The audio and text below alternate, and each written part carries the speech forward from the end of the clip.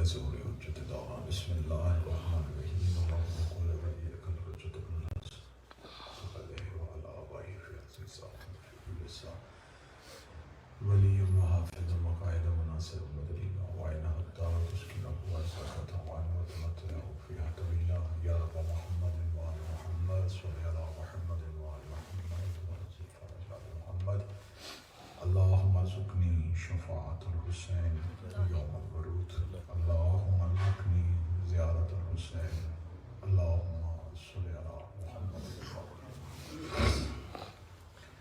بسم اللہ الرحمن الرحیم الحمدللہ الذی جعلنا من المتمسکین بولایت امیر المومنین ثم الحمدللہ الذی نور قلوبنا بقضاء الحسین الحمدللہ الذی جعلنا من المنتظرین صاحب العصر والزمان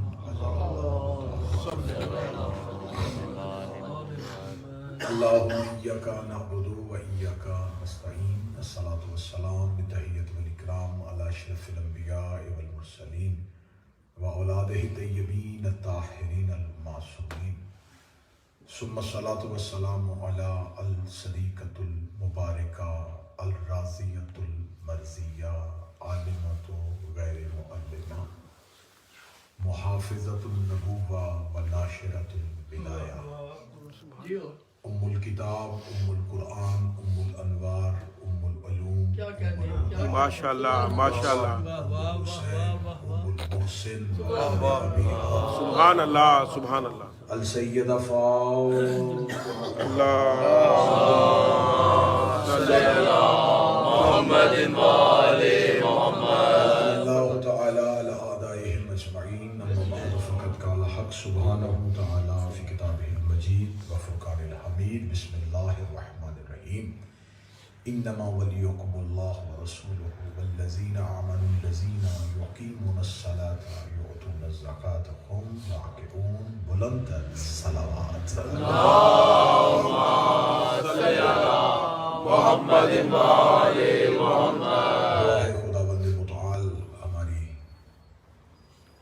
ایام عزا کی یہ پہلی حاضری اپنی بارگاہ میں قبول فرمائے ہمیں اپنی ذات کی نفی کرتے ہوئے ان 10 راتوں میں حقیقی معنوں میں عزائے حسین بجا لانے کی توفیق عطا فرمائے ہمارے آنسو فقط خوشنودی جناب سیدہ کے لیے نکلے ہمیں ہمارے وقت کے امام کو ہم پہ راضی فرمائے پوری دنیا میں جہاں جہاں حسین کے عاشق مولا حسین کے گھروں کی جانب رواں دواں ہو گئے ان عزاداروں کی حفاظت فرمائے بارگاہوں کی حفاظت فرمائے ذاکرین کی حفاظت فرمائے ماتمیوں کی حفاظت فرمائے جہاں جہاں پوری دنیا میں مولا حسین کی محبت میں جلوس نکالے جائیں ان جلوسوں کی حفاظت فرمائے اس امام بارگاہ کے جتنے منتظمین ہیں آغا آرگنائزیشن میرا مالک ان کی توفیقات میں اضافہ فرمائے جناب سید محمود گیلانی صاحب ستین بھائی ناصر جعفری صاحب اور ان کے جتنے بھی رفقا اس عزائی سلسلے کو لے کے آگے بڑھ رہے ہیں میرا مالک ان کی توفیقات میں اضافہ فرمائے ہمارے آقا و مولا کے ظہور میں تاجیل فرمائے دعائیں قبول کروانے کے لیے جتنی ممکن ہو سکے اتنی بلند صلوات تلاوت فرمائے اللہم صلی علی محمد وآل محمد اجازت ہے ذکر شروع بسم اللہ ایام عزا کی پہلی مجلس کا پہلا جملہ اس عظیم شخصیت کا پڑھنے لگا ہوں اور انہی کی روح کو ہدیہ کرتے ہوئے کیونکہ بڑوں کی باتیں چھوٹوں کو بڑا بنا دیتی ہیں وہ جملہ ہے قبلہ خطیب آل محمد آغا سید نسیم عباس رضوی صاحب ان کے جملے سے میں شرح محرم کی ابتدا کرنے لگا ہوں وہ کہا کرتے تھے محرم کا چاند وہ سنہری کشتی ہے جس پہ کائنات کا بادشاہ سوار ہو کے اپنی رایا کا معائنہ کرنے آتا سبحان اللہ محرم کا چاند افق عالم پہ طلوع ہو گیا اور حسین ابن علی ہر دور کے حر کی تلاش میں